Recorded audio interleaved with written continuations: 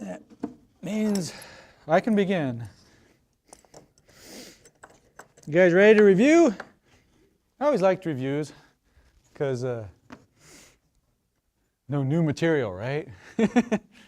And a chance to catch up on some confidence, fill in some holes.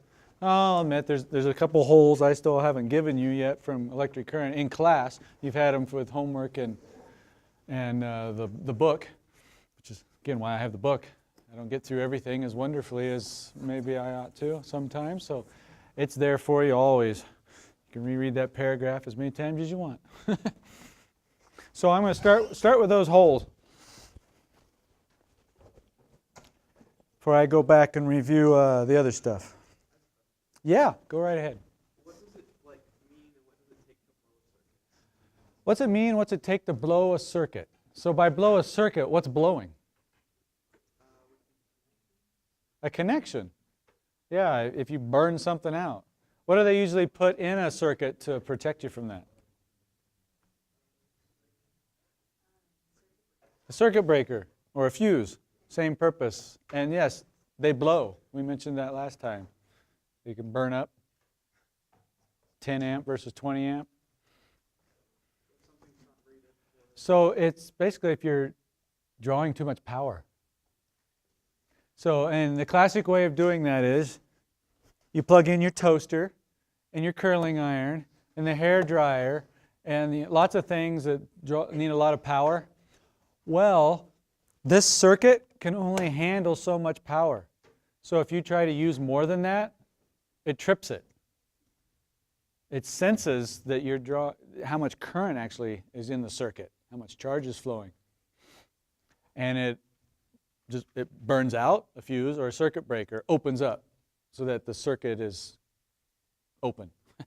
That was redundant, but now it can't see both sides and things stop. Hopefully protect the rest of your stuff. So what you have to do is use them one at a time or plug them into a different circuit. Now, I bet you guys can guess. This is on a certain circuit. This is not on a different circuit. They're still on the same circuit. Usually things in your home or your office, if they're close together, they're probably on the same circuit. You got one in a different room or downstairs. I know these are on a different circuit.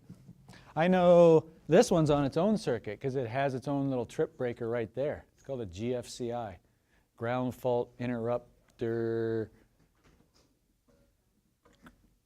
Ground fault common, yeah, whatever.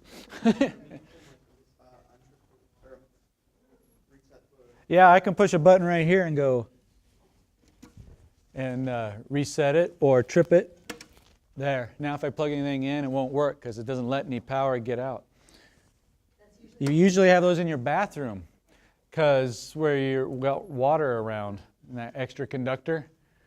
If something's bad, for example, this is a GFCI. I'm doing something dangerous today. So this can blow, and so can this. And so can the circuit that's around the corner where I know where it's at. This is unplugged, this is unplugged, this is turned off. I'm redundant safety here because I'm going to show you about bare wires. And if I touch the wrong spot, then class is over. Let's put it that way. So we can protect ourselves with those. But that's it. So when something blows, that's how you protect your circuit. Heck, while we're on that, let's do this one. This is a piece of wire, and I'm going to send a lot of current through it. This puts out a lot of power. It maintains the current, not the voltage. Most things maintain the voltage and give a constant push of the 120 volts. And it tries to maintain that despite the resistance. So if you have more resistance, what happens? For the same push, if you have more resistance in the circuit, you think more or less gets through? Less. That's the current. That's the charge flow. So more resistance for the same push means you get less current. This will try to maintain the same amount of current.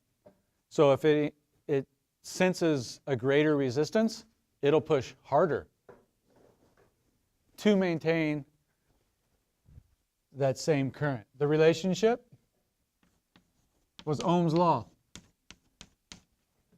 However you want to write that.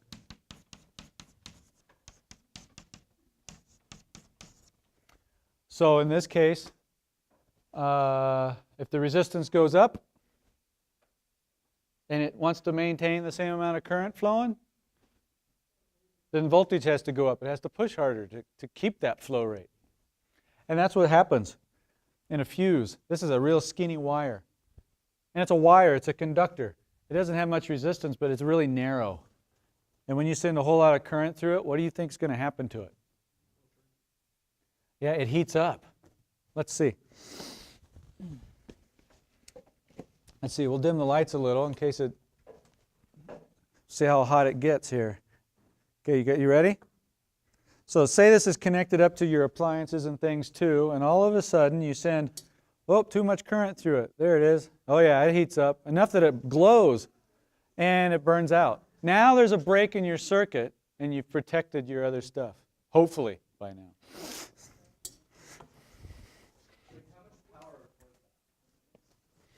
How much power was this? Yeah. I don't actually know because this was, I found this.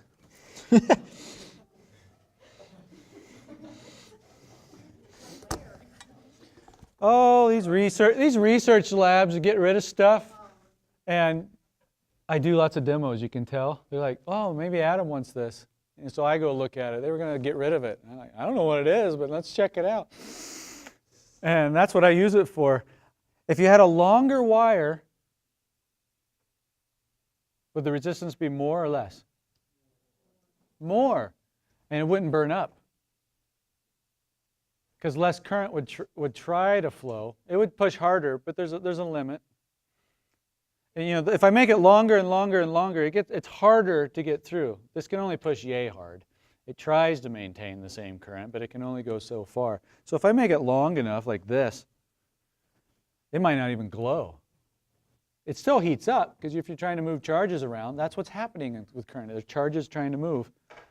If I make it even shorter, it would burn out even quicker. If it was thicker, would it not burn up? There we go, a thicker wire. How would that resistance compare? Would a thicker wire be easier to get through or harder to get through? Easier. So less resistance. Less. Would it burn up? It wouldn't. It wouldn't because it's so easy to get through. This is hard to get through, so it uses up that energy. See, it's all about energy. Even though we're in circuits, what do you do? Again, you plug it in, and that provides the energy to go around and get through your stuff. If it's harder to get through something, it's going to use more energy. It takes more work to get across something with more resistance, like a skinny wire. Where does that energy go? Heat.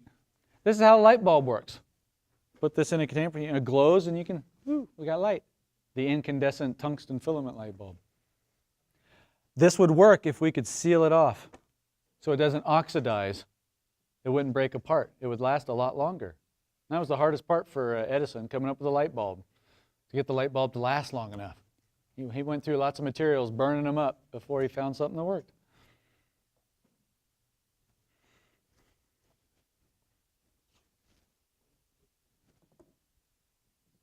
That's one of the holes. So let me do that. Power. I haven't introduced it in class for electricity. I don't think I did. Do you remember that from before what power was? It was energy per time. If we did a certain amount of work running up the stairs, we gained a certain amount of gravitational potential energy. Sorry, I just see your hand up. But if you run up the stairs to the same height, you gain the exact same amount of energy, gravitational potential energy, because you're at the same height, but you did it faster. So you used more power. Time's a factor. Well, current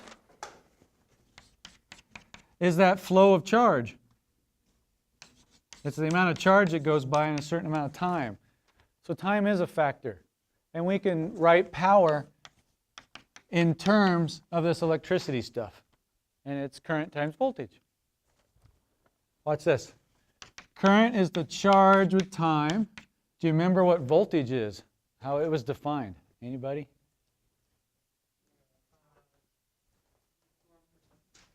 Coulombs per second. Close, but no.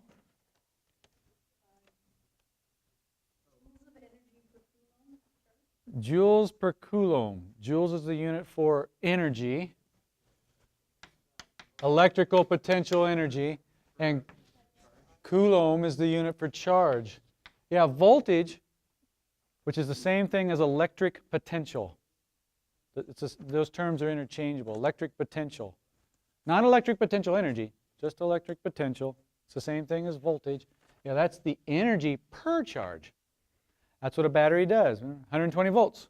It's going to give a coulomb of charge, 120 joules of energy to get through your resistance. Do your work. Light your light bulbs. Oh, charge also. Yeah, those get used interchangeably. Usually this is when you're thinking of like point charges, individual charges, and this when you have a bunch of them. Sorry, thank you for asking though. So Q is the charge. This is charge flow, and this is energy per charge. Well, look at this. It's energy per time. That's what power is. It's the rate at which we use energy. So that's why this relationship works. You got these relationships. You got one of these. Remember, you get a cheat sheet for your exam. They're just like the other ones. I would write those down so I remember these relationships. Voltage. Electric potential. I is current. R is resistance, measured in ohms. P, power, joules per second, which is a watt. What else do we have? We had force, Coulomb's law. That was a constant times those charges based on the distance they are apart squared. Coulomb's law, and it's a force. You're familiar with that one. It's in newtons.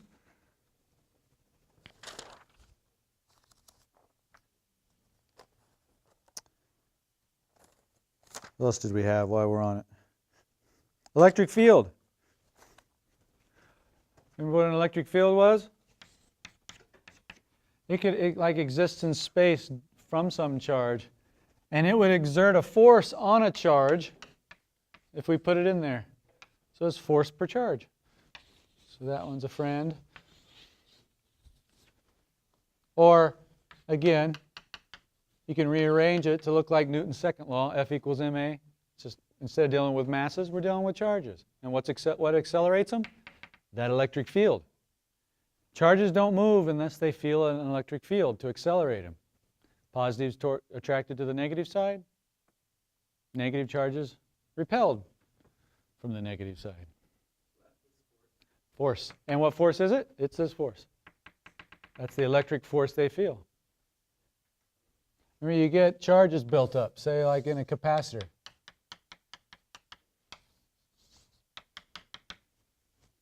So there's an electric field away from positives towards negatives. You put a little test charge in there, and it'll feel a force to the right in that electric field. A battery has a positive side and a negative side. There you go. So there's an electric field from the positive to the negative. And all the charges in your wire, in your conductor, remember they're already there? As soon as you close the switch, it can see both sides of the battery. There's the electric field. They start accelerating. Remember, what's the little picture? An electron, right? It's got a temperature, moving around. Okay, electric field. It accelerates, hits something, bounces off, bounces. But over time, it has that drift velocity. It goes really slowly. Remember, the electrons aren't whizzing around at the speed of light. The electric field is set up at the speed of light, but the electrons go pretty slowly. So are those electrons like pushed into the electronics we use? Or like that drift force is like powered? Or what is? What's powering it is that established electric field. The forces between the charges on the two sides. Nothing's changed from our forces in motion. If you want to make something change its velocity, so if it's not moving, over time the average motion of this electron is 0, right? It's bouncing around because it's hot. It's got thermal energy. But it's not going anywhere with time. You want it to go somewhere, you have to apply a force. How do you get that? Establish an electric field, and it'll be accelerated one way or another depending on its charge. And it'll then have that drift velocity through the circuit, slowly. But yeah, the charges don't come from the battery, whoosh, go around and come back, get some more. They're already there. As soon as you flip the switch, forward march, they all feel it and start going.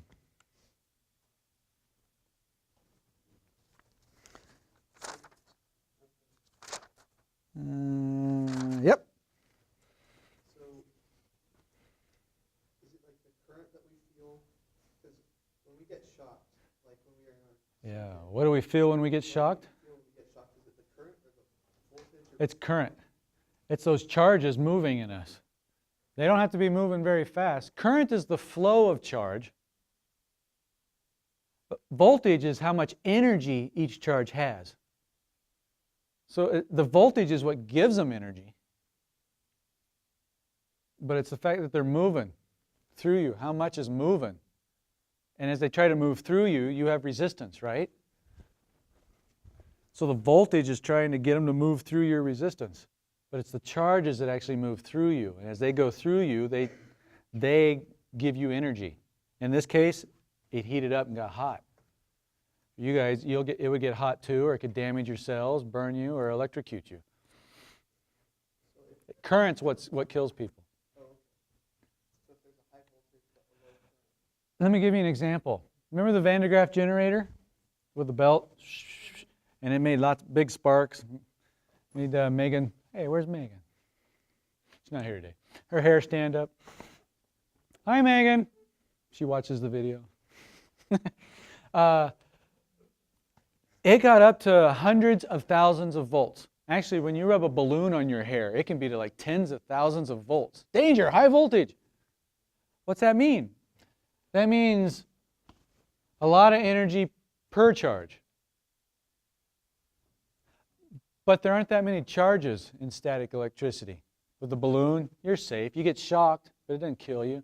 The Van de Graaff generator, 400,000 volts. But it doesn't kill you. We could touch that. There's a lot of energy per charge, but there aren't that many charges. So overall, there isn't that much energy. So high voltage alone is not dangerous. Now, warning, caution. If you have high voltage, there is potential there, pun intended, to push a lot of charges around. So if you lower your resistance, a lot of charge will flow and you could die. Where a 12-volt battery doesn't have as big a push, so it's a little safer. So it's easier to get a lot of current with high voltage. But the Van de Graaff has a lot of high voltage and it's safe. Now, you can only get electrocuted if there's that push. The push is the voltage. You need a difference in electric potential, a difference in energy from one side to another, a difference in charge. You got to have separations of charges, like a capacitor here with a battery. If they're all the same, you don't electrocute yourself. Let me show you that. You guys ever wondered what the 3 prongs are on your wire? Why are there 3? Don't we just need one? You need one to go to, one to come back to complete the loop, or you can't see both sides of the battery. That's what these 2 are. They're called the hot and the neutral. One will be at 120 volts, and the other will be at 0 volts. The difference, you now have a push. This third one, is called the ground. And usually, hopefully, that one's tied to the neutral, so that the neutral is forced to be at 0 volts also.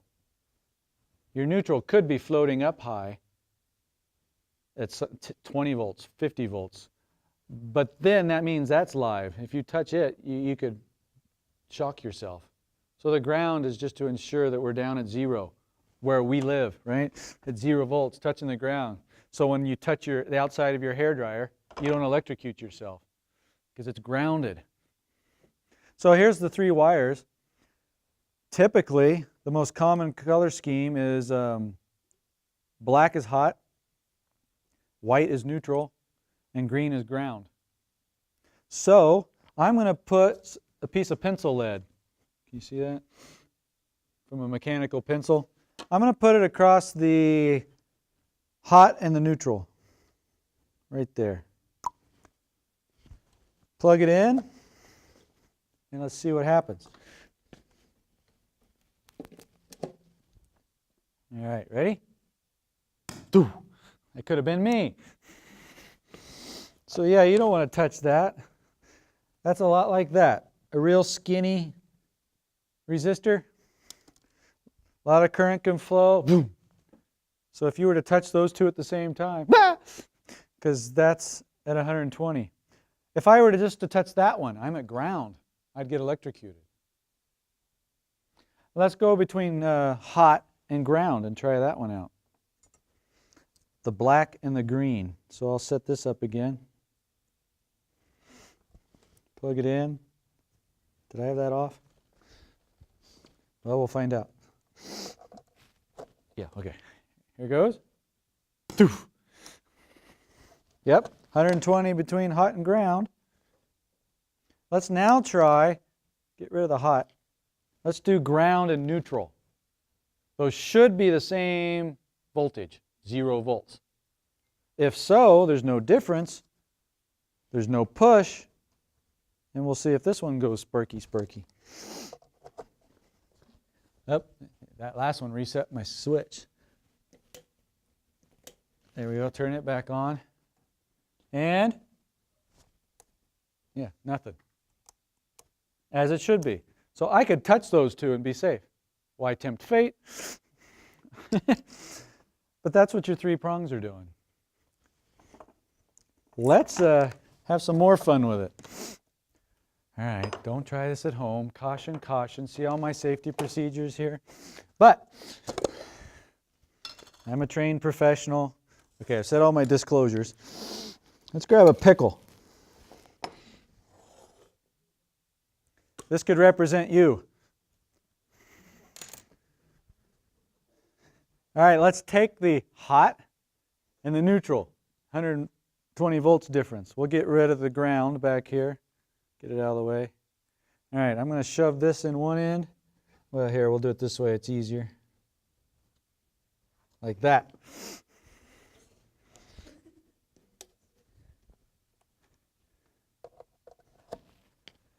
What do you think will happen?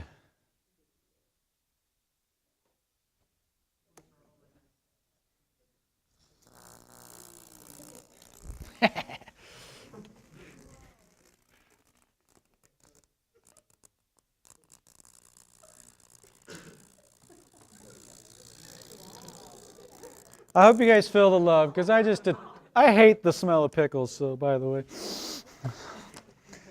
So yeah, if you got a difference of 120 volts, there's your electric field. The charges that are already in the pickle start accelerating. What's a big ingredient of pickle that allows this current to flow? Water and salt. Sodium chloride. 2 ions, a positive charged ion and a negative charged ion. They dissociate as the current goes through. It separates them. One flows one way and one flows the other. What you're seeing is the energy given to the sodium ion, and it actually glows that yellow color. That's what you're seeing. Let's do it again. It makes it kind of gunky where it's touching, chemical reaction, so I'm just making a fresh contact, and we'll do it again here. So there, you're seeing energy given to the sodium atoms, and they glow.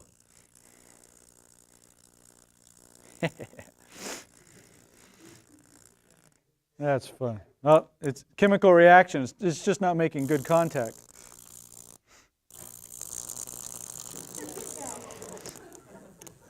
Okay. The biggest caution with this is one, don't electrocute yourself.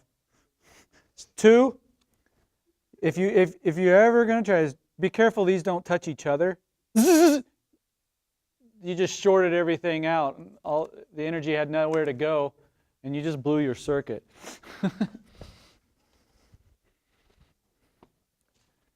All right. Anybody hungry? You don't want it, actually. Because I've been doing this for years. It's the same pickle.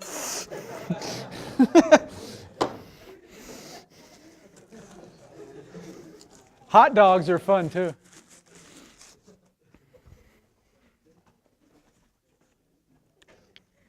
All right, one more hole.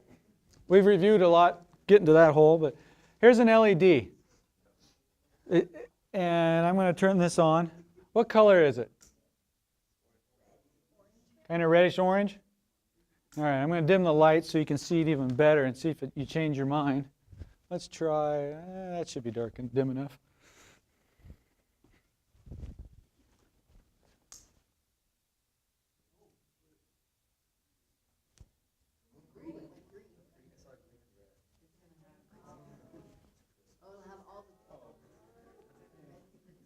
Can you see that okay, or should I make it darker? We'll try it a little darker. What the hey? How about that one? There's actually 2 LEDs in here, a red one and a green one. The red one lights when current flows in one direction. The green lights when current flows in the opposite direction. We've talked a lot about direct current, DC current, where it flows in one direction only. Those are batteries. The stuff out of the wall socket is actually AC current, alternating current. The electric field changes direction, so does the direction of current flow. And this has just helped to visualize it. Half the time it's going one way, lighting up the red LED. And the other half of the time it's flowing the opposite direction and lights up the green LED. So if I move these, you can see at some time it's red, but then it turns off, and then the green comes on in a different location because I'm swinging this around. Does that make sense? Just to help you visualize that. So what's the power company doing to us in between the red and the green, where it's black? It's not turned on for a second, the transitions. What's the power company doing to us? Making money because we're not getting any power there? There's no light for a split second, isn't there? I'll draw a picture.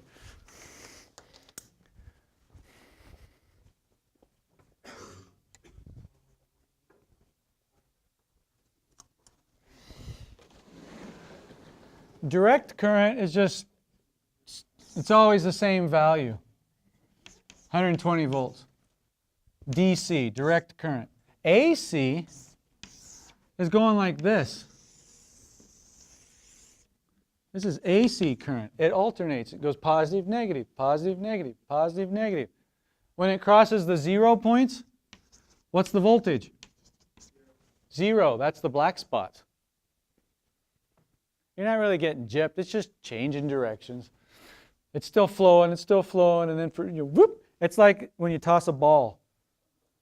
At the top of its path, what's its velocity? Right at the top. Do you remember? Could be on the final. What's the velocity at the top of the path? 0. What's the acceleration at the top? Very good. Still gravity's acting. So it's going one direction, slows down, stops, turns around, and comes the other way. That's what the charges are doing in AC. What's the average velocity, or the average velocity? The average current? 0. So electrons in DC have that drift velocity, where they just kind of eventually drift along. In AC, they're kind of like doing this. They don't go anywhere. But you started with the charges, you're the source of the charges, and they probably never even left you. But they're moving. They got energy because they were pushed by the voltage. They just move one way and then the other, and it doesn't matter in most light bulbs whether you go this way or this way. It can still heat it up and give us light. Does AC travel farther? I heard that one travels a lot farther than another. Can one travel farther than the other? I haven't heard that. If they have the same energy, they're going to react to resistance the same. Ohm's law works for both of these. If you've heard something, I'm not testing you on this, but it's called a root mean squared. RMS, root mean squared. For AC, you can't just say, well, the average voltage is 0. That doesn't work in any calculations. So they come up with this thing called root mean squared. And it's as if it was an equivalent DC circuit. The power that comes out of the wall actually gets up to a positive 170 and negative 170, positive 170, negative 170, and it alternates. But this root mean squared means it acts the same as if everything we've just been talking about. So you can still apply power and Ohm's law to AC circuits, even though it's always changing. But that's the difference between AC and DC. There, I think I filled in the holes.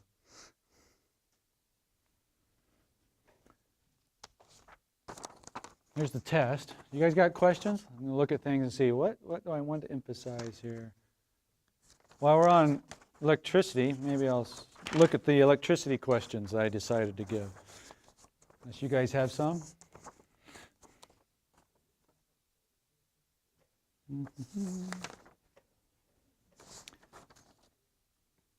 Okay. Do you remember how resistance changes if you hook them up in series versus parallel? A battery. Let's hook the same resistors up in series versus parallel. What would be different? Current. Okay, how so? Anybody?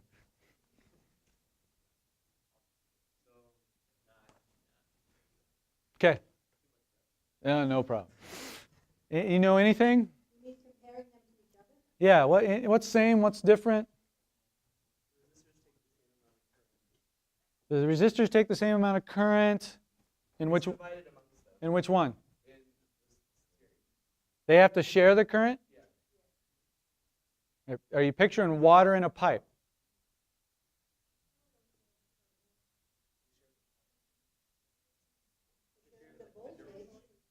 Now you sound more confident. Yes, this one they share the voltage.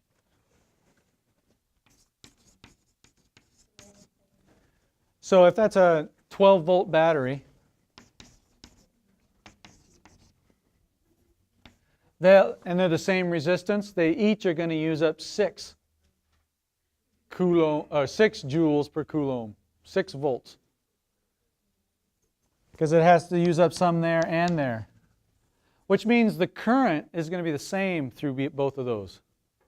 It's at one pipe, the same amount of water that flows in one part is going to flow through the other one. Or all of us in a circle, remember we all felt it at the same time? So the current is the same. How about over here? They each have 12. Right, they get the same voltage because see, it can get to each bulb without using up energy. So the difference across each one is 12 volts. What do they have to share? Current. That's what's moving, and it can split right here and go one way or the other, so it'll split up.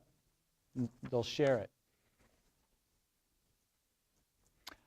Which one has more resistance overall? Series. Because if you put 2 in series, it's like making a longer pipe, a longer wire. So yeah, this has more resistance. This one, it's like a wider pipe. You got 2 paths to go through. A bigger opening. It's easier to get across. I can go this way or that way. More room. So less resistance. Does that make sense? Yep. If you had 2 light bulbs, 2 of the same size in a series, and opposed to one longer wire with 1 light bulb, would the resistance be different? So this versus just one of these, but a much longer wire? Yeah, so like the length is the same. It's the same length, but there's only 1 light bulb. Oh, so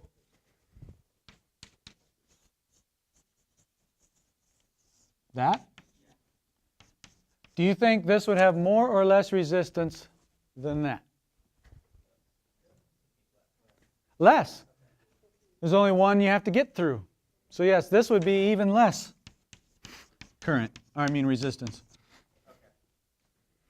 So the more you have to get through, the more resistance. And if it's wider, you have multiple options, it's even less resistance. So hooking things up in parallel lowers the overall resistance. So which one will have the most current flowing in? We talked about whether they have to share it or it's the same, but how will the currents in the circuits compare? They're all the same? More current in this, You're pointing over here. Why, Tina? because they all have flow. Because there's less resistance. So for the same push voltage, it sees less resistance, so more can get going. And you'll use your battery up faster when hooking things up in parallel because you're delivering more energy to each element. They each get more voltage, that's energy per charge. And there's more current in order to do that. So this will have less current because there's more resistance. For the same push, it's harder to get as much current through there. So as much won't flow. How about this one? Yeah, there'll be more current here than this one. Wouldn't that be just the equivalent? It's like of a parallel, it's only one resistor. It's just Yeah, there's a debate. Is this one bulb in series or one in parallel? It's one bulb. I call it series because it's just one loop. Nothing ever splits. But I guess you could think of it as parallel. It's like the lowest case. They both reduce to that. Interestingly, just FYI, the total resistance here would be 2R. The way you add these up, this would actually be half R.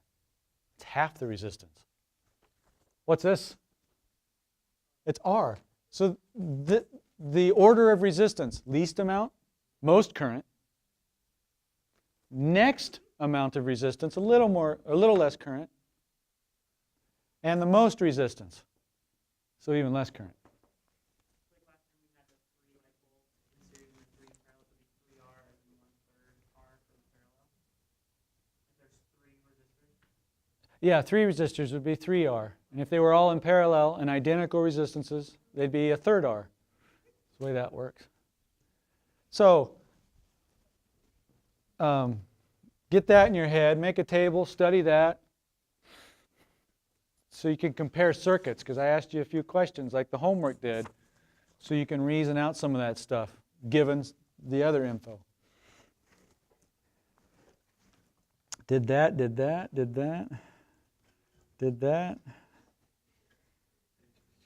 Okay, now these charges feel forces, right? Positives one way, negatives another. What determines how fast they'll go?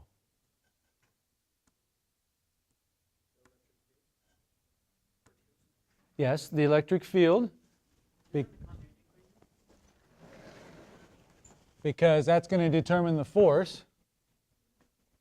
Will anything else determine? Area times velocity is the continuity equation with fluids.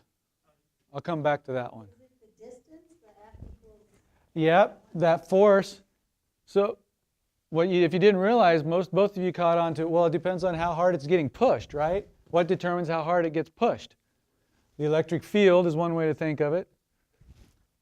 That force, the charges and their separation distance. All those will affect how hard it gets pushed. Let's say, though, you have positive, negative. Okay, who feels more force? Good. It's the same force. Attract or repel? Yeah, towards each other. Minus, plus. It's the same force. So who will move with greater acceleration? It's the same force, but remember if we had a big object compared to a skinny object? The mass, Yeah, mass is going to matter too, doesn't it? Remember? less mass. Who's going to accelerate more? The one with a smaller mass. So they're feeling the same forces, yes. Coulomb's law decides those forces. But if this is acting on a big charge versus a small charge in size, in mass.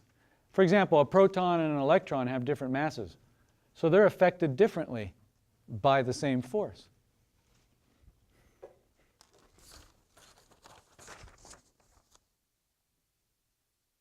if they were further apart, it would be less force.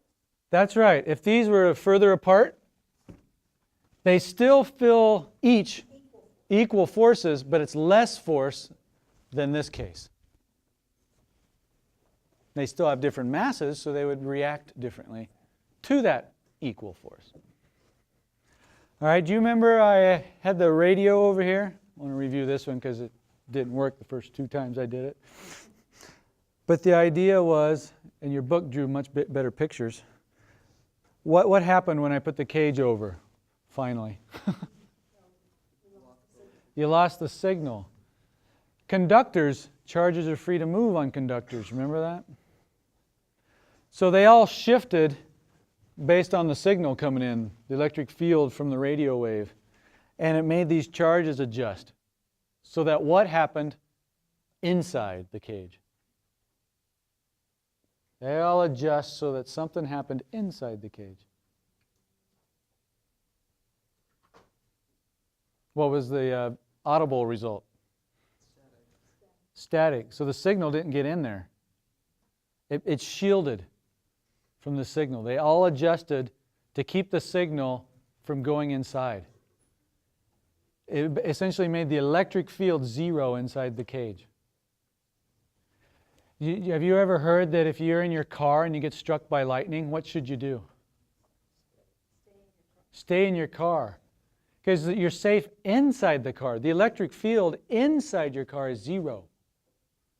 Because the charges can adjust on your frame, the metal cage, and cancel all the effects out inside.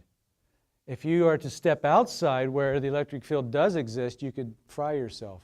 Your car could still have charge on it. What if you step outside, you're holding onto the car and you hit the ground? 0 volts? Something higher? A difference? Your charges just feel that? Current starts to flow in you and you could electrocute yourself if your car is still charged.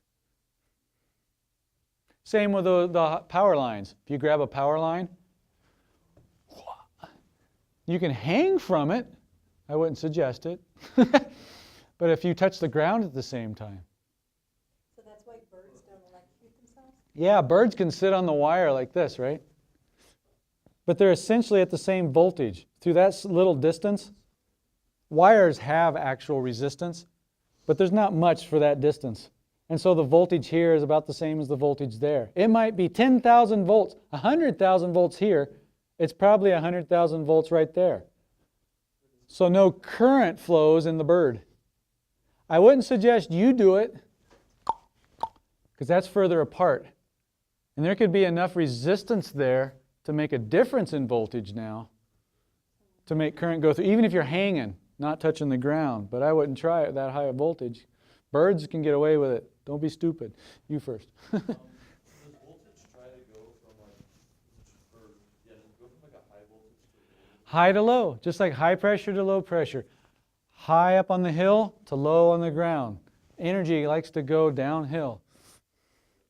High to temperature. We're not covering that, and I didn't mention it. Heat, the flow of energy, only goes from something that's hot to cold. It never goes from cold to hot. Well, naturally, on its own. You can make something go uphill if you do work to get it up there. I can separate positive and negative charges, but it's going to take work because they want to go together. Charges will move from high to low voltage, high energy to low energy on their own. Oh, look at that. Great minds think alike. I know we're spending more time on this current stuff reviewing, but it's later and you've had less time to mull it over. Wait, what if you were hanging, but your hands were like really close together? If you were hanging but close together, now you probably have a chance. Oh, here, life lesson. Okay, I grew up in Kansas. Lightning strikes. You're wide open. Where should you go in a lightning storm? Did they say lay down on the ground? One reason? You're not as close to the cloud. Remember the high skyscraper building with the electric field? You don't want to be close to the cloud. If you shorten that distance, you increase the electric field and you're more likely to get... So get lower. Do you want to stand next to a tree? No, it's tall. It could hit it, go into the ground and through you. But lying down flat isn't a good idea either. Best would be put your feet close together, because what if it goes through the ground from here to here? It's like the wire. So get them close together, just like you're saying. Get up on your toes. More surface area, wider resistor, less resistance, more current could flow. Make it harder. Get on your toes. So ideally it would be get down, squat, and be like this. Feet together, on your toes, low. That way, if it happens, you're more likely to survive. And now you know why. Yeah, going like this would be lying down on the ground. There could be a big difference in voltage from this end to this end. You can actually Google it. I've seen it on YouTube. Soccer games, I've seen it. They play in the rain, and the lightning struck the field. And you can see the players progressively fall down across the field as it travels through the ground into them. Fall, fall, fall. It's kind of sad. Nobody was hurt, but you can watch them just kind of collapse as the current flowed through the ground and into them, across their feet. Up here, down there. This is more out of just curiosity, but how high would voltage need to be, or the difference in voltage to do physical physics? Yeah, so how high a voltage is danger? Yeah. Can't answer that. Because we had nearly 500,000 volts with the Van de Graaff generator, and I was safe. So what I can answer is voltage isn't what kills. Current is. Roughly 10 milliamps. You want under that. You don't want many charges flowing in you. That's what kills you. Any voltage could do it under the right circumstances. Yeah, it's your charges moving, especially if they're moving through your heart. Biologically, we run off of charges, ions, in and out of cells. If you interfere with that, they function improperly. Your heart's trying to beat in sync because of shifting of charges, in and out, charge, charge. They're all in sync. If you mess them up and they go in random, your heart stops contracting like you want it to. A defibrillator essentially sends a really large electric field across your heart to get them all to go in sync again, instead of being an AFib. Another one, continuity equation. That was with fluids, gases and liquids.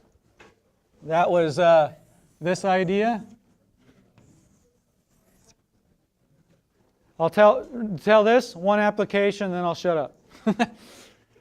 Where is the fluid moving the fastest? Right. Faster velocity. What else happens then? Right. Pressure drops. That's Bernoulli. So the speed is because of the continuity equation. To maintain the same flow rate. With currents, it depends on the voltage and resistance whether that maintains. For these, to maintain the same flow rate, it'll speed up to get through. Thus, the pressure drops, according to Bernoulli's principle. To conserve energy, if more of it's in kinetic energy, then you need less pressure. So one example, if you have a house, again, Kansas, tornadoes, and you got a big windstorm blowing by, what's that do to the pressure up here? It lowers the pressure. See how it's getting constricted just like an airplane wing? So it speeds up right here, faster. Less pressure. I guess I should do it up here. What's the pressure inside your house? Pressure. Higher. The roof could be lifted off because of lift difference in pressure. And it could just rip your roof right off.